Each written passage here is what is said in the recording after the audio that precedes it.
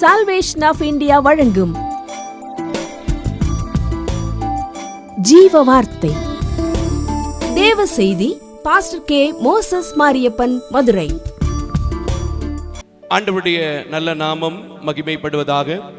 தொடர்ந்து தொலைக்காட்சியிலும் திருச்சபையிலும் இந்த ஊழியத்தின் வார்த்தைகளை கேட்கிற உங்கள் யாவரையும் அன்போடு கூட வாழ்த்துவதிலே, தோத்திரங்களை செலுத்துவதிலே நான் மிகுந்த மகிழ்ச்சி அடைகிறேன். நீங்க ஜெபிக்கிற, நீங்க தாங்குகிற இந்த ஊழியங்களை குறித்து, எங்கள் பிள்ளைகளின் தேவைகளை குறித்து மற்றவர்களுக்கும் அறிமுகம் செய்து வைக்க உங்களை அன்போடு கூட கேட்டுக்கொள்கிறேன். முடிந்தால் தொலைக்காட்சியிலே பார்க்கிறவர்கள் எங்கள் மதுரை பகுதி ஆலயத்தை ஒரு நாள் வந்து பார்வையிட, விசிட் பண்ண, எங்களோடு சேர்ந்து தேவனை ஆராதிக்க அன்போடு கூட கேட்டுக்கொள்கிறேன். கர்த்தர் உங்களை ஆசீர்வதிப்பார். இந்த நாளில் என்ன பேசலாம் அப்படின்னு ஆண்டவருடைய சமூகத்திலே காத்திருந்த போது 1 நாளாகமங்களின் புத்தகத்தை ஆண்டவர் எனக்கு கொடுத்தார். அழகான ஒரு புத்தகமாக இருக்கின்றது. இன்றைய செய்தியினுடைய தலைப்பு எழும்பு. அல்லேலூயா. என்ன தலைப்பு? எழும்பு. அல்லேலூயா. எல்லாரும் சொல்லுங்க, எழும்பு. அல்லேலூயா. ஸ்தோத்திரம். 1 நாளாகமங்களின் புத்தகம் 22வது அதிகாரம் 16வது வசனத்தை இந்த நாள் செய்திக்கு ஆதாரமாக வாசிக்க கேட்போம். 1 நாளாகமம் 22:16வது வசனத்தை வாசிக்க கேட்போம். பொன்னுக்கும் வெள்ளிக்கும், பொன்னுக்கும் வெள்ளிக்கும், வெண்கலத்துக்கும் இரும்புக்கும், வெண்கலத்திற்கும் இரும்புக்கும் கணக்கில்லை, கணக்கில்லை. நீ எழும்பி, நீ எழும்பி காரியத்தை நடப்பி, காரியத்தை நடப்பி, கர்த்தர் உன்னோடே இருப்பாராக என்றான். கர்த்தர் உன்னோடே இருப்பார் ஆக என்றான். கரங்களை தட்டி கர்த்தருக்கு ஸ்தோத்திரம் பண்ணுங்க. எனக்கு அன்பான தேவஜனமே, இது யாருக்கு யாரால் சொல்லப்பட்ட வார்த்தை என்றால், தாவீது என்கிற ஒரு மனிதர் தம்முடைய குமாரனாகிய சாலமோனுக்கு விடுகிற ஒரு அறைகூவலாக இருக்கிறது. பொண்ணு வெள்ளி எல்லாமே இருக்கு, ஆனா நீ என்ன செய்யணும்? அதுக்கு முன்னாடி எழுந்திருக்க வேண்டும். அல்லேலூயா. இன்றைக்கு கூட கிறிஸ்துவை அறிந்திருக்கிற நீங்கள், கிறிஸ்துவை ஏற்றுக்கொண்டிருக்கிற நீங்கள், அநேக பாடுகளையும் அநேக பிரச்சனைகளையுமே சிந்தித்துக் கொண்டு படுத்துக்கொண்டு முடங்கிக் கொண்டு இருந்தா உங்களால ஒன்றும் செய்ய முடியாது. முதலாவது சில மூட பழக்க வழக்கத்தை விட்டு, சில அறியாமையை விட்டு, சில மனித சத்தத்தை விட்டு எழும்பி காரியத்தை என்ன செய்யணும்? நடப்பிக்கணும். அப்படி நடத்த முன் வந்தீங்கன்னா தாவீதின் வார்த்தை சொல்கிறது, கர்த்தர் உங்களோடு இருக்கிறார். கரங்களை தட்டி கர்த்தருக்கு ஸ்தோத்திரம் பண்ணுங்க. எழும்பணும். இன்னைக்கு நிறைய ஜனங்கள் நிறைய விஷயத்துல என்ன செய்ய மாட்டோம்? எழும்ப மாட்டோம். அதுலயும் டிவி ஊழியம், செல்போன் ஊழியம், கான்ஃபரன்ஸ் ஊழியம் எல்லாம் வந்துருச்சு. வளர்ச்சின்னு சொல்றாங்களே. நான் ஒரு கணக்கெடுத்து பார்த்தா இதையெல்லாம் போட்டு விட்டுட்டு கட்டிலேயே சோபாலேயே ஜனங்க படுத்து கிடந்துக்கிட்டே கவனிக்குது. நான் உண்மையே சொல்றேன், என் மரமண்டைக்கெல்லாம் படுத்துக்கிட்டு படிச்சோன்னா ஒரு வசனம் கூட நிற்காது. உட்காந்து படிப்பேன். அப்படியே இந்த வேத வசனம் ஆழமா உள்ள போய்கிட்டே இருக்கும். கரங்களை தட்டி கர்த்தருக்கு ஸ்தோத்திரம் பண்ணுங்க. எனக்கு அன்பான தேவஜனமே, எழும்பு. இன்னைக்கு நீங்க எந்த காரியத்திலே விழுந்து கிடக்கிறீங்களோ, எந்த காரியத்திலே சோர்ந்து கிடக்கிறீங்களோ, ஆண்டவருடைய வார்த்தை சொல்கிறது, சாலமோனுக்கு சொன்ன தேவன் இன்றைக்கு உங்களுக்கும் சொல்கிறார், உன் காரியத்தை நடத்த உன்னால முடியும். நீ முதல்ல என்ன செய்ய? எழும்பு. அல்லேலூயா. இதை சொன்ன தாவீது பொண்ணு வெள்ளியெல்லாம் இருக்குன்னு சொன்னாரே, பிறக்கும் போதே பூமியிலிருந்து அப்படியே அவருக்கு வந்துருச்சா? இல்ல அவங்க அப்பா அவருக்கு சம்பாரிச்சு வச்சாரா? இல்லைங்க. சாதாரணமான மனுஷன், கஷ்டப்பட்டிருந்த மனுஷன். ஆனா அவன் பிள்ளைய சொல்றான், நான் கஷ்டப்பட்டேன், நீ கஷ்டப்படல. நீ கஷ்டப்படாம இருக்கிறதுக்கு கர்த்தர் உன்னோட கூட இருப்பாரு. நீ என்ன செஞ்சிரு? எழும்பு. ஹல்லேலூயா. அதுல 14வது வசனத்தை வாசிங்கம்மா. நான் சொன்னா உங்களுக்கு அது புரியாது. தாவீது எப்படிப்பட்ட நிலையில இந்த பொருளை, பொண்ணு வெள்ளி இரும்பு வெண்கலம்னு சொல்றாங்களே, அதை சம்பாரிச்சான் அப்படிங்கறத அவர் சொல்றாரு பாருங்க. வாசிங்க. இதோ நான் என் சிறுமையிலே, நான் என் சிறுமையிலே, அல்லேலூயா, சிறுமையிலே கர்த்தருடைய ஆலயத்திற்காக 1,00,000 தாலந்து பொன்னையும், 1,00,000 தாலந்து பொன்னையும், 10,00,000 தாலந்து வெள்ளியையும், நிறுத்த முடியாத திரளான வெண்கலத்தையும், நிறுத்த முடியாத திரளான வெண்கலத்தையும், இரும்பையும் சம்பாதித்தேன். ஹல்லேலூயா. ஆகையால இதெல்லாம் இருந்தாலும் அதுவா வேலை செய்ய முடியாது. நீ எழும்புடா. ஹல்லேலூயா. சில பேர் இன்னும் அப்படி தான் இருக்கான். அப்பா சம்பாரிச்சதை, ஆத்தா சம்பாரிச்சதை வச்சுக்கிட்டு இவன் ஒரு காரியத்தையும் செய்யாம படுத்து கிடக்கான். அதுக்கப்புறம் கடைசியில் கல்லாப்பட்டி கூட நிற்க முடியாமல் ரோட்டில் நின்று ஹோட்டலில் நின்று இலை எடுத்துக்கிட்டு இருக்கணும். இருக்கும்போது என்ன செய்யறதில்ல, எழும்புறது இல்லை, வேலை செய்யறது இல்லை, படுத்து கிடக்கிறது. ஆனால் இன்னைக்கு தாவீதினுடைய வார்த்தை வருகிறது, எழும்புயா எழும்பு. சிறுமை என்பது எல்லாருக்கும் இருக்கும், போராட்டம் என்பது எல்லாருக்கும் இருக்கும், கஷ்டம் என்பது எல்லாருக்கும் இருக்கும். அதோட சேர்ந்துதான் நீ என்ன செய்யணும், பாடுபடணும். அல்லேலூயா. இன்னைக்கு பாடுபடுவீங்களா? பாடுபட்டா உங்க வாழ்க்கை எப்படி இருக்கும் தெரியுமா? காரியத்தை நடத்துறதுக்கு யார் கூட இருப்பா தெரியுமா? கர்த்தர் கூட இருப்பார். அல்லேலூயா. உங்களுக்கு ஒரு விஷயத்தை சொல்லித்தரேன். உழைக்கிறவனோட, பிரயாசப்படுகிறவனோட, வேலை செய்கிறவனோட தான் ஆண்டவர் இருப்பாரு. சோம்பேறி கூட, தூங்குறவனோட ஆண்டவர் எப்பவுமே இருக்க மாட்டார். நான் சொல்லலைங்க, பைபிளே சொல்லுது. நீதிமொழிகளின் புத்தகத்தில் நீங்க வாசித்து பாருங்க. சோம்பேறி அறுப்பு காலத்துல போய் நின்னான்னா பிச்சை கூட கிடைக்காதான். நான் சொல்லல, பைபிள் சொல்லுது. சோம்பேறி அறுப்பு காலத்துல போய் நின்னான்னா அவனுக்கு என்ன கிடையாதா, பிச்சை கூட கிடைக்காதான். இப்போ நீங்க தூங்குகிற காலம் அல்ல, இப்போ நீங்க முடங்குகிற காலம் அல்ல, இப்போ தாய் தகப்பை சம்பாரிச்சு வச்சிருந்தாலும் அதை வச்சு சாப்பிடுற காலம் இல்ல. இப்போ நாளைக்கு பார்த்துக்கலாம், நாளைக்கு பார்த்துக்கலாம்னு சொல்லி காற்றை பார்த்து மலையை பார்த்து சோர்ந்து போகிற காலம் இல்ல. என்னோடு இருக்கிறவர் எனக்கு காரியத்தை நடத்துவதற்கு உதவி செய்வார் என்று நம்பி நீங்க எதை நினைத்து எழும்ப நினைத்தாலும் என் தேவன் தாவீதோடு மட்டுமல்ல, தாவீதின் சிறுமையை பார்த்தவர் மட்டுமல்லாமல், சாலமோனோடு மட்டுமல்ல, அவர் உங்களோடும் இருந்து, ஆமென், நீங்க எழும்பும் போது எதை எதிர்பார்த்தாலும், ஆமென் ஆமென் ஆமென், எட்டாததும் அறியாததும் தெரியாததுமான பெரிய காரியங்களை எழும்ப உங்களுக்கு உதவி செய்வார். ஏன்னா அவர் இந்த உலகத்திற்கு வந்ததே நீங்களும் நானும் எதற்காக உண்டாக்கப்பட்டிருக்கிறோம் சொன்னாரு, எழும்பி பிரகாசி, இந்த உலகத்திற்கு ஒளியா நான் வந்துட்டேன், ஆகையினால நீயும் என்ன செய்யறா, ஒளின்னு சொன்னாரு. ஆனா நம்ம என்ன செய்யறோம், டைட் அமத்து, ஜன்னலை சாத்து, வெளியே பர்ரு பர்ருன்னு காத்தடிக்குது, தூங்கு. அதுக்கப்புறம் வந்து பாடுறது, தூங்கு தூங்கு பாலானி. நான் சொல்றேன், தூங்குற நேரம் இல்லை என் அன்பு மகளே, தூங்குற நேரம் இல்லை என் அன்பு மகனே, எழும்பு, காரியத்தை நடத்து, கர்த்தர் உன்னோடு கூட இருக்கிறார். சில பேர்லாம் நான் பார்க்குறேன், புருஷங்காரன் வேலைக்கு போயிட்டா காலையில பிடிச்ச போன் சாயங்காலம் வரைக்கும் பேசிக்கிட்டு இருக்காங்க. அப்படி என்னதான் பேசுறாங்கன்னு தெரியல. ஆனா நான் சொல்றேன், அதை விட நீ ஆக்கப்பூர்வமா ஏதாவது எழும்பி செஞ்சு பாரு, கர்த்தர் உன்னோட இருந்து உன் காரியத்தை நடத்துவார். கரங்களை தட்டி கர்த்தருக்கு ஸ்தோத்திரம் பண்ணு. சிலர் போனை விட்டு எழும்பாம இருக்கிற எழும்பு, குடிப்பழக்கத்தை விட்டு எழும்பாம இருக்கிற எழும்பு, பொம்பளை சிநேகத்தை விட்டு எழும்ப முடியாம இருக்கிற எழும்பு. கர்த்தர் காரியங்களை நடப்பிக்க உங்களுக்கு கிருபை செய்யறது மட்டுமல்ல, அவர் கூடவே இருப்பார். கரங்களை தட்டி கர்த்தருக்கு ஸ்தோத்திரம். யாருக்குமே பிரச்சனை இல்லாம இல்லைங்க, யாருக்குமே போராட்டம் இல்லாம இல்ல. அவர் சொல்ற ஸ்டேட்மெண்ட் படி 1 லட்சம் பொண்ணு 10 லட்சம் தாளந்து வெள்ளிய சம்பாரிச்சாருன்னா சாதாரணமா சம்பாதிக்கல, சிரமத்துல சம்பாரிச்சேங்கிறாரு. அவருடைய வாழ்க்கையை பத்தி அவருடைய மகனுக்கு சொல்லும்போது கொஞ்சம் லேசா அழகா அதே அதிகாரத்துல 5:6 கொஞ்சம் வாசிமா, 5வது வசனத்தை வாசிக்குமா, 2 வாசிங்க. 22வது அதிகாரத்துல 5வது வசனத்தை வாசிங்க. தாவீதின் குமாரனாகிய சாலமோன் வாலிபனும் இளைஞனுமாய் இருக்கிறான். கர்த்தருக்கு கட்டப்படும் ஆலயம் சகல தேசங்களிலும் கீர்த்தியும் மகிமையும் உடையதாய் விளங்கும்படி மகா பெரியதாய் இருக்க வேண்டும். ஆகையால் அதற்காக வேண்டியவைகளை நான் சவகரித்து வைத்தேன் என்று சொல்லி தாவீது தன் மரணத்திற்கு எப்படிமா தாவீது தன் மரணம் அடைவதற்கு முன்னே. இன்னைக்கு சில பேர் சாகிற வயசு வரைக்கும் உட்கார்ந்துட்டு அதுக்கப்புறம் ஏன் நினைச்சேன், இப்படி பண்ணிடலாம்னு நினைச்சேன், வாங்கிடலாம்னு நினைச்சேன், ஒரு ஓட்ட பைக்கை கூட மாற்ற முடியாது. எழும்பணும். சில பேருடைய ரொட்டீன் டியூட்டியை பார்த்தீங்களா, தீப்பெட்டி வாங்கி கொடுக்க, பால் வாங்கி கொடுக்க, வீட்டுக்கிட்ட சைடில் இருக்கிற குப்பையை மட்டும் கூட்டி விட, அதான் ரொட்டீன் டியூட்டி. எழும்பணும் சார், வெளியில எழும்பணும், நீ செய்ய வேண்டிய பணி நிறைய இருக்கு. சரி வாசிங்க.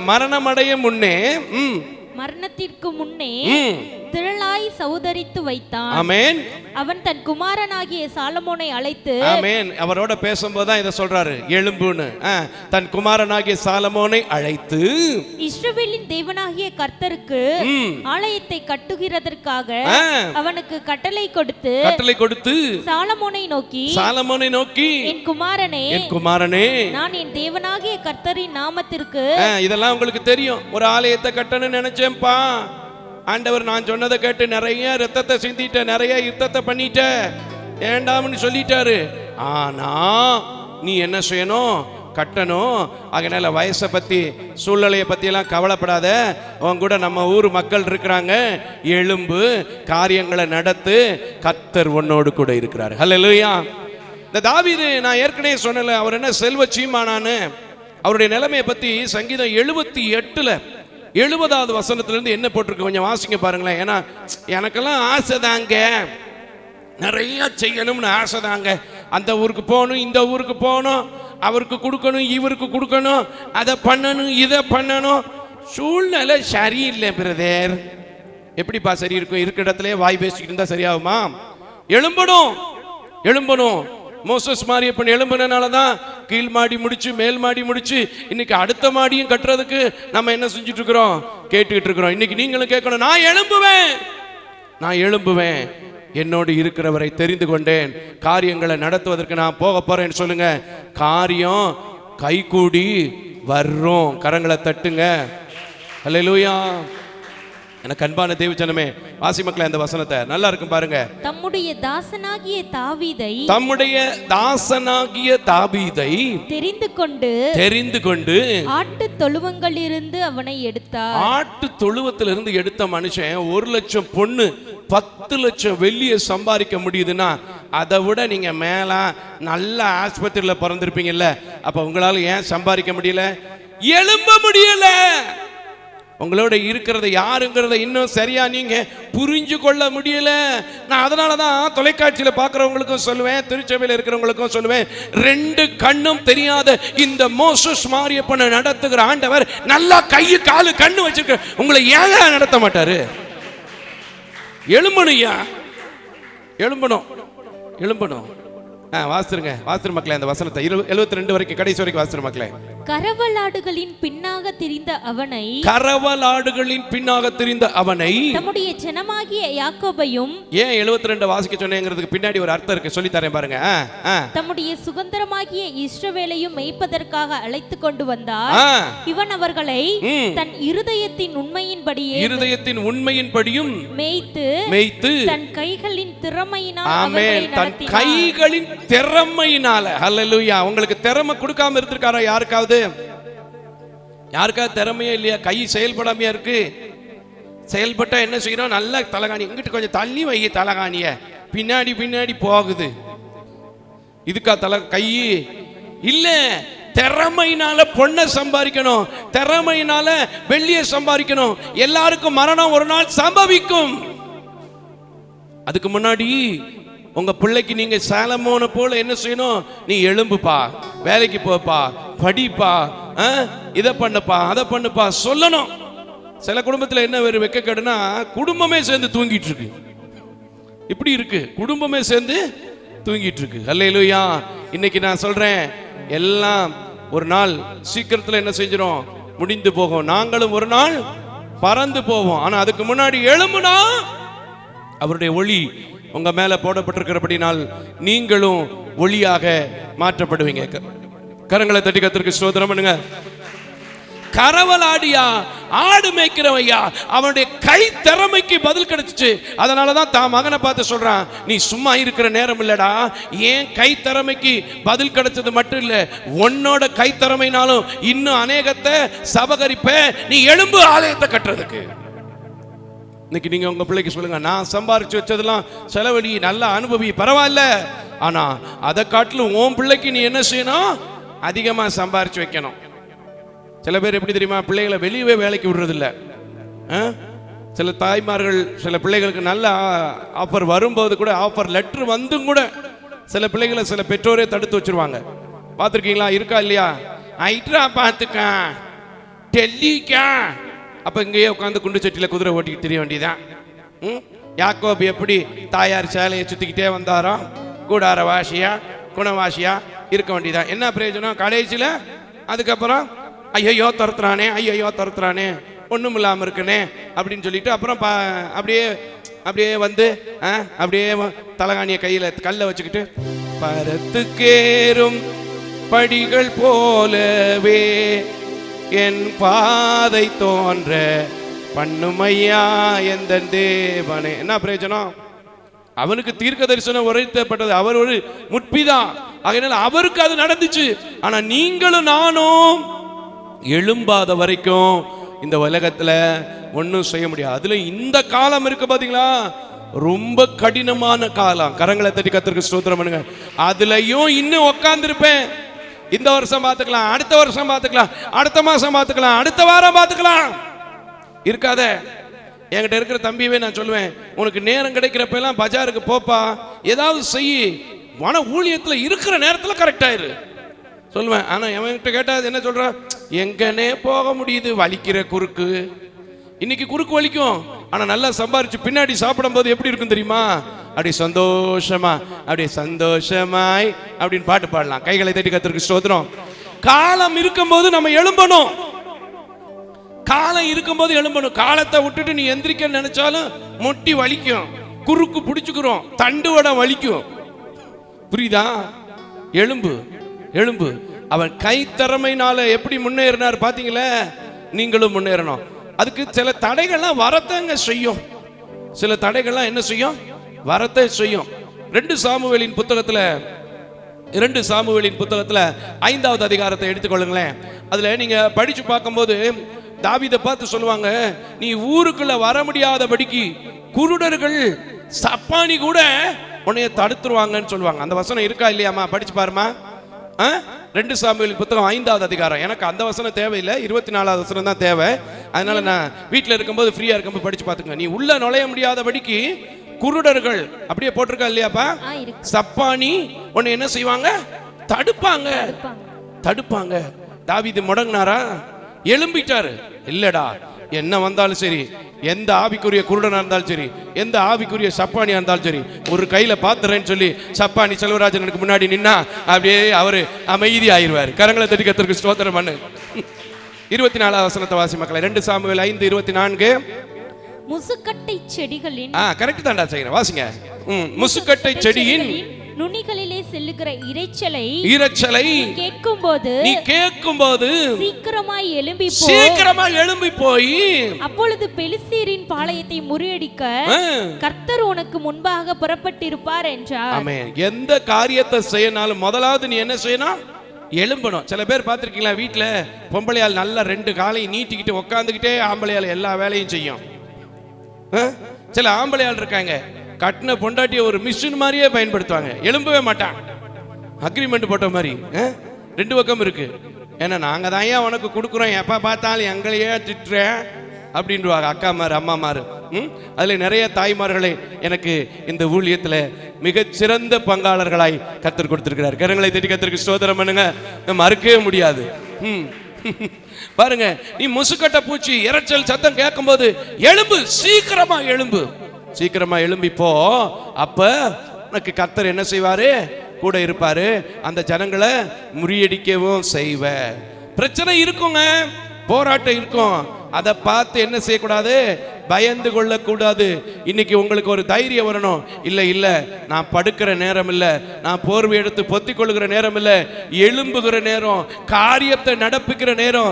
தாவீதின் தேவன், சாலமோனின் தேவன், என்னுடைய தேவன் சொன்னீங்கன்னா அவர் உங்களுக்கு மறு உத்தரவு கொடுப்பார். கரங்களை தட்டி கர்த்தருக்கு ஸ்தோத்திரம் பண்ணு. வருஷம் போனாலும் நாள் போனாலும் இன்னும் எழும்பவே மாட்டேங்க. போன வருஷம் எவ்வளவு சம்பாரிச்ச? என்னைக்காவது நம்மளால இப்படி கணக்கு பார்த்துருக்கீங்களாங்க? போன மாசம் அவங்க வருமானம் என்ன, இந்த மாசம் வருமானம் என்ன? பிக்சடு வருமானத்தை பத்தி கவலையே இல்லை, கவர்மெண்ட் வேலைக்காரங்களை பத்தி கவலையே இல்லை. நான் அவங்கள பத்தி பேசல. நார்மலா இருக்கிறவங்க கணக்கு பார்க்குறீங்களா? பார்க்கவே மாட்டோம். நிறைய பேர் வந்தது வருது, போனது போகுது, ஒண்ணுமே ஆகாது. கையில இருக்கிறது செலவழிஞ்சு அடுத்தவன்ட்ட கடை வாங்கும். ஆனா கணக்கு பார்த்து 10 லட்சம் தாளந்தான் வெள்ளி, 1 லட்சம் தாளந்தான் பொண்ணு, இரும்பா வெண்கலமா, அதே தாவீதின் சந்ததி தானே நானும் சம்பாதிப்பேன், நானும் எழும்புவேன்னு சொல்லி பாருங்களேன்.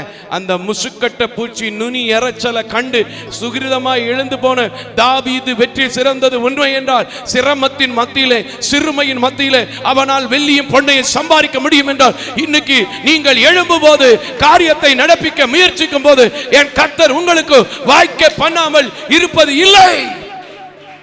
ஆனா நம்ம தான் என்ன செய்யறதுல, என்னத்த பிரதர் நான் எழும்பி, தம்பி நல்லாத்தான் பேசுவாரு, அவரு மாதிரி நம்ம ஓட முடியுமா? ஓட முடியாது. சரி, என்ன மாதிரி ஓடாட்டா பரவாயில்ல, கொஞ்சம் மெதுவாவது ஓடி வாங்களேன், முயற்சி பண்ணீங்கன்னா கர்த்தர் உங்களை ஆசீர்வதிப்பார்ல. அல்லேலூயா, அல்லேலூயா. 1 சாமுவேலின் புத்தகத்துல 23வது அதிகாரத்துல 4வது வசனத்தை வாசிங்களேன். அங்கேயும் என்ன சொல்லுது பாருங்க ஆண்டவருடைய வார்த்தை. அங்கேயும் மனுஷன் என்ன சொல்றான், அங்கெல்லாம் போகாதப்பா, ஒரே பிரச்சனை, நாங்களே பெரிய பாடா இருந்து பெரிய பப்பிச்சு வர்றதுக்குள்ள அப்படித்தான் நமக்கு சத்தம் கேட்கும். இந்த ஊர்ல தொழில் பண்ணப்பா, இந்த வேலையை பாருப்பா, ஏதோ அப்பா அம்மா வச்சிருக்கிறத சாப்பிட்டுக்கிட்டு சந்தோஷமா இருப்பா, இப்படிலாம் சத்தம் கேட்கும் நமக்கு. ஆனா நம்ம என்ன செய்யணும், எழும்பணும். அல்லேலூயா. 4வது வசனத்தை வாசி மக்களே. 1 சாமுவேலின் புத்தகம் 23:4 வசனத்தை வாசிக்க கேட்போம். அப்பொழுது தாவீது திரும்பவும் கர்த்தரிடத்தில் விசாரித்தபோது, கர்த்தர் அவனுக்கு உத்தரமாக நீ எழும்பு. பாத்தீங்களா, கேக்குறீங்களா? எத்தனை தடவை கேட்டீங்க எழும்பியா? முதல்ல தைய நானும் பாக்குறேன், ஆத்மா சொன்னா எழும்பிடலாம்னு. அந்த எலும்பு இல்லைங்க, அந்த எழும்புதல் இல்ல, அந்த எந்திரிக்கிறது இல்ல. உங்க வாழ்க்கையில நீங்க முடக்கப்பட்டிருக்கிற, உங்களுக்குள்ளே கண்ணிகளை போட்டு வைத்திருக்கிற, கட்டுகளை போட்டு வைத்திருக்கிற, என்னால இவ்வளவுதான் முடியும்னு நினைச்சிருக்கிற நினைப்பை விட்டு முதலாவது எழும்பு. அல்லேலூயா. என்கிட்ட சில பேர் கேட்பாங்க, எப்படி பிரதர் இந்த ஊழியத்துக்கு இங்க வருவீங்க அங்க வருவீங்கன்னு. ஏன் பிரதர், கர்த்தர் நடத்துவார், கர்த்தர் நடத்துறதுக்காக வாக்குத்தத்தங்களை கொடுத்திருக்கிறாரு, அவர் என் கூட இருக்கேன்னு சொல்லி நான் சொல்றேன், பிரசங்கம் பண்றேன், நீங்களும் சொல்றீங்க. அப்போ எப்படி நான் வர முடியாதுன்னு மட்டும் சொல்றீங்க? இல்ல பிரதர், உங்களுக்கு கண்ணு தெரியாதுல்ல அப்படிம்பாங்க. ஓஹோ இப்படியா அப்படின்னு இந்த வார்த்தையை கேட்டு, ஐயோ நம்ம போனோம்னா ட்ரெயின்ல விழுந்துருவோமோ, ஐயோ நம்ம போனோம்னா பஸ் ஸ்டாண்ட்ல குழி தோண்டி போட்டிருப்பானோ அப்படின்னு நினைச்சேன்னா இந்த ஊழியத்தை கட்ட முடியுமா? 7 ஸ்டாப்புக்கு சம்பளம் கொடுக்க முடியுமா? கிடையாது. கர்த்தருடைய வார்த்தை வந்துருச்சுன்னா நான் என்ன செஞ்சாகணும்? எழும்பணும், போகணும், காரியத்தை நடத்திக்கணுங்கிற எண்ணம் வந்துருச்சு. நடந்துகிட்டே இருக்கேன், செஞ்சுக்கிட்டே இருக்கேன், காரியம் தொடர்ந்து நடந்துகிட்டே இருக்கு. கரங்களை தட்டி கர்த்தருக்கு ஸ்தோத்திரம் பண்ணு. இன்னைக்கு அதைத்தான் உங்களுக்கு சொல்றேன், எழும்பு. தாவீது கூட இருந்தவன் சொன்னான், ஐயா வேணாம்ப்பா இந்த பிரச்சனை, அவன் எவ்வளவு பெரிய ஆளு, நம்ம எப்படி தப்பிச்சு வந்திருக்கோம், கொஞ்சம் யோசிச்சு பார் தாவீது அப்படின்னு சொல்ற மாதிரி. நம்ம ஊர்ல அப்படித்தான், வேணாமியா, இருக்கிறதே பண்ணு, இந்த ஆளு வாட்டுக்கு சொல்றாருன்னு இருக்கிறதையும் விட்டுட்டு போயிடாத அப்படி சொல்ற சத்தம் ஒரு 4 தடவை கேட்டுச்சுன்னா இருந்ததும் சேர்ந்து போயிடும். ஆனா அப்படி சத்தத்துல நம்ம கவனிக்க கூடாது, எழும்பணும். கர்த்தர் என்ன சொல்றார் வாசிமா, அந்த வசனத்தை திருப்பி வாசி மக்களே. 4வது வசனத்தை. அப்பொழுது தாவீது திரும்பவும் கர்த்தரிடத்தில் விசாரித்த போது கர்த்தர் அவனுக்கு உத்தரமாக நீ எழும்பி கேகிலாவுக்கு போ, நான் பெலிஸ்தியரை உன் கையில் ஒப்புக் கொடுப்பேன் என்றார். ஆமென். அவன் எழும்பி போன போது அந்த கேக்கிலாவை பிடித்து அதற்கு ஒரு பேர் வைத்தான் என்றால், இன்றைக்கும் எதை விட முடியவில்லை, எதில் எழும்ப முடியவில்லை, எதில் முடக்கப்பட்டிருக்கிறேன் என்று நினைக்கிறீர்களோ, நான் சொல்கிறேன் இயேசுவின் நாமத்தில் எழுந்திருப்பேன். தாவீதின் தேவன், சாலமோனின் தேவன் இன்றைக்கு என்னோடு கூட இருக்கிறார் என்று சொல்லுங்க. உங்களோடு கூட இருந்து உங்களை எழும்பி பிரகாசிக்கிற ஒளியாக, அநேகத்தை சுதந்தரிக்கிறவர்களாக, அநேக காரியங்களை நீங்களே செய்கிறவராக கர்த்தர் உங்களை மாற்றுவார். ஹல்லேலூயா. அப்போஸ்தலர் நடவடிக்கையில் ஒரு மனுஷனை ரொம்ப அழகான ஒரு அழைப்பு தூதனால கொடுக்கப்படுது பாருங்க. 12வது அதிகாரம், அப்போஸ்தலர் நடவடிக்கையின் புத்தகம் 12வது அதிகாரம் வாசிக்க கேட்போம். நல்லா இருக்கு பாருங்க. 7வது வசனத்தை வாசிப்போம். ரொம்ப தெரிஞ்ச சம்பவம், சொல்லும் போது ரொம்ப சொல்லிடுவோம். பேதிரி சில பேருக்கு அந்த பேதுருவை ஒழுங்கா சொல்ல மாட்டேன். சரி போட்டு 7வது வசனத்தை வாசிங்கயா. அப்பொழுது கர்த்தருடைய தூதன் அங்கே வந்து நின்றான். அறையிலே வெளிச்சம் பிரகாசித்தது. அவன் பேதுருவை விழாவிலே தட்டி சீக்கிரமாய் எழுந்திரு. இப்பவும் காலம் இருக்குமா, சீக்கிரமா எழுந்திரு. ஹல்லேலூயா. முன்னாடி ஒரு காலத்துல ஒரு பழமொழி சொல்லுவாங்க, முன் தூங்கி பின் எழுவாள் பத்தினி. இப்ப பின் தூங்கி பின்னெழுவாள் பத்தினி இருக்கா இல்லையா? எத்தனை மணிக்கு எந்திரிக்கிறீங்க சில பெண்கள்? அது நம்ம ஊர் பெண்கள் பரவாயில்ல ஓரளவுக்கு. ஏமா ஏமா அப்படின்னு சத்தம் போட்டவனே எந்திரிச்சிருவாங்க. சில பெண்கள், டவுன் பெண்கள், அதுல இந்த சரி வேண்டாம் வேண்டாம் இதுக்கு நமக்கு வம்பு, சரி வசனத்தை வாசிரு மக்களே, வாசிரு மக்களே. விழாவிலே தட்டி சீக்கிரமாய் எழுந்திரு என்று அவனை எழுப்பினான். உடனே சங்கிலிகள் அவன் கையில் இருந்து விழுந்தது. ஆமென். நீ எழும்பினாதான் சங்கிலி விழுகும், நீ எழும்பினாதான் கட்டு உடையும், நீங்க எழும்பினாதான் உங்க காயம் மாறும், நீங்க எழும்பினாதான் ட்ரீட்மெண்ட்டுக்கே போக முடியும். சும்மா உட்காந்துட்டு எனக்கு இது வந்துருச்சே பிரதர், வரக்கூடாதது வந்துருச்சே பிரதர். அல்லேலூயா. நம்ம மகாலட்சுமி சொன்ன பாத்தீங்களா, 2 வருஷமா அப்பப்போ போவாங்க ஊசி போட. ஒரு தீர்மானத்துக்கே வரல, எங்கேயாவது உருப்படியான இடத்துக்கு போகணும், உருப்படியான இடத்துல காமிக்கணும், கண்டிப்பா இதுல விடுதலை வேணுங்கிற தீர்மானத்துக்கு வரல. நான் தான் சொன்னேன், இப்படியே வச்சுக்கிட்டு இருந்தேன்னா வேலைக்கு ஆகாது, எழுந்துரு, என் கூட வான்னு கூட்டு போனேன். பாத்தீங்களா, நல்ல விடுதலையும் கர்த்தர் கொடுக்க போறாரு. கரங்களை தட்டி கர்த்தருக்கு ஸ்தோத்திரம். எழுமனா. வியாதி இருக்கு, வியாதி இருக்கு, எந்திரிக்க மாட்டீங்க. கடன் இருக்கு, கடன் இருக்கு, வேலை பார்க்க மாட்டீங்க. எக்ஸ்ட்ரா ஓட்டி பார்க்க மாட்டீங்க, வேலை பார்க்க மாட்டீங்க. அப்படி ஸ்டிப்பா நிக்கிறது, எந்த வேலையோ அதை மட்டும் தான் செய்வேன். கூட வேலை செஞ்சாதான் சார் கூட பலன் வரும். எழும்பணும், எழும்பணும். எழும்புறீங்களா? உட்காந்துருக்கீங்களா? எழும்புற காரியம் நிறைய நம்ம நாட்டில் இனிமே தேவையா இருக்கு. அதனால கொஞ்சம் கூட அஜாக்கிரதையா என்ன செஞ்சிடாதீங்க, இருந்துடாதீங்க. ஹல்லேலூயா, ஹல்லேலூயா, ஹல்லேலூயா. அதனால ஆண்டவர்கிட்ட கேட்க போறோம், ஆண்டவரே என்னை இதுவரைக்கும் நடத்துனது மட்டும் இல்லை, இனிமேல் நடத்துறதுக்கு நான் ஒப்பு கொடுக்குறேன், நான் எழும்புறதுக்கு ஒப்பு கொடுக்குறேன், என்னை நடத்துங்கன்னு சொல்லி ஆண்டவர்கிட்ட கேளுங்க. ஆண்டவர் உங்களை நடத்த போறாரு. ஹல்லேலூயா, ஹல்லேலூயா, ஹல்லேலூயா, ஹல்லேலூயா. எங்கே நான் போக சித்தமோ அங்கே நான் சென்றிடுவேன், உன் நாமத்தில் ஜெயம் எடுப்பேன். சொல்லுவீங்களா? ஆண்டவரே உங்க நாமத்தில் நான் என்ன செய்யணும்? ஜெயம் எடுக்கணும். அதனால நீங்க எங்க போக சொல்றீங்களோ அங்க நான் என்ன செய்ய போறேன்? போக போறேன். முடங்கி கிடப்பதற்கு, படுத்து கிடப்பதற்கு என்ன நீங்க அழைக்கல. ஆகையினால நான் இப்போ உம்முடைய கரத்துக்குள்ள என்னை அர்ப்பணிக்கிறேன்னு சொல்லி நான் எழும்ப போற ஜனம், நான் தூங்குகிற ஜனம் இல்லைன்னு சொல்லுங்க. பேதுரு எழுந்த போதுதான் விடுதலை வந்துச்சுன்னு சொல்லுங்க. எனக்கு எழுந்த போதுதான் விடுதலை வரப்போகுதுன்னு சொல்லுங்க. பெதஸ்தா குளத்துல படுத்திருந்தவன் எழும்பினதுனாலதான் சுத்தம் வந்துச்சுன்னு சொல்லுங்க. உங்க வாழ்க்கையிலே கர்த்தர் விடுதலை தரப்போறார். கரங்களை தட்டி கர்த்தருக்கு ஸ்தோத்திரம் பண்ணுங்க. மகா கிருபையும் பரிசுத்தமும் உள்ள நல்ல கடவுளே, நீ எழும்பி காரியத்தை நடப்பி கர்த்தர் உன்னோடு கூட இருக்கிறார் என்ற ஒரு தைரியத்தின் வார்த்தை உம்முடைய பிள்ளைகளுக்காய் சொல்ல வைத்தீர். இந்த உலக சூழல்களிலே, வியாதிகளிலே, கடன் பாரத்திலே, ஊழியத்திலே, பலவிதமான நெருக்கடிகளிலே சோழ்ந்து கிடக்கிற உம்முடைய பிள்ளைகள் எழும்புவதற்கு ஆண்டவரே, எத்தனையோ சத்தத்திலே முடங்க வேண்டும், முடங்கி போய்விடுவார் என்று நினைத்த என்னை எழுப்பி இருக்கிற தேவன் உங்களை எழுப்புவார் என்று சொல்லி இருக்கிறேன். அதை விசுவாசிக்கிற பிள்ளைகள், ஏற்றுக்கொண்டிருக்கிற பிள்ளைகள், நம்புகிற பிள்ளைகளின் மேலே உமது கரம் இப்பொழுதே வைக்கப்பட்டு கடன் பாரத்திலிருந்து எழுந்த செய்தியை கேட்டு துதிக்க ஸ்தோத்தரிக்க நீர் கிருபை செய்யும். பிள்ளைகள் திருமண காரியங்களில் எழும்பி பிரகாசித்து ஏற்ற துணையை கண்டு செய்திகளை கேட்டு துதிக்க ஸ்தோத்தரிக்க நீர் கிருபை செய்யும். விட்டு போன ஊழியங்களிலே எழும்பி ஆண்டவரே திரும்ப கூட்டங்களை நடத்துகிற செய்திகளை கேட்டு துதிக்க ஸ்தோத்தரிக்க கிருபை செய்யும். இழந்து போன ஆலயங்கள், வேலைகள், ஊழியங்கள், மற்ற எந்த காரியமா இருந்தாலும் எல்லாவற்றிலும் எழும்ப நீர் கிருபை செய்யும். இப்பொழுதும் என்னோடு உழைக்கிற ஜெபிக்கிற பிள்ளைகளையும் அப்படியே எழுந்திருக்க பண்ணி தன் குடும்பங்களுக்கு தேவையானவைகளை, தன் பிள்ளைகளுக்கு தேவையானவைகளை உம்முடைய கிருபையினால் சபகரிக்க நீர் கிருபை செய்ய வேண்டும் என்று மனதார கலந்து கொண்ட பிள்ளைகளுக்காய், திருச்சபையிலே பார்த்து கொண்டிருக்கிற, தொலைக்காட்சியிலே பார்த்து கொண்டிருக்கிற பிள்ளைகளுக்காய் கரம் நீட்டி ஜெபிக்கிறேன். உலகத்திற்கு ஒளியாய் வந்த தேவன், இன்னும் ஒளியாக மாற்றுகிற தேவன் ஒவ்வொருவரையும் ஆசீர்வதிக்க வேண்டும் என்று இரட்சகர் பெருமான் இயேசு கிறிஸ்துவின் விலையேறப்பட்ட நல்ல நாமத்தில் ஜெபிக்கிறேன் நல்ல பிதாவே. ஆமேன், ஆமேன், ஆமேன்.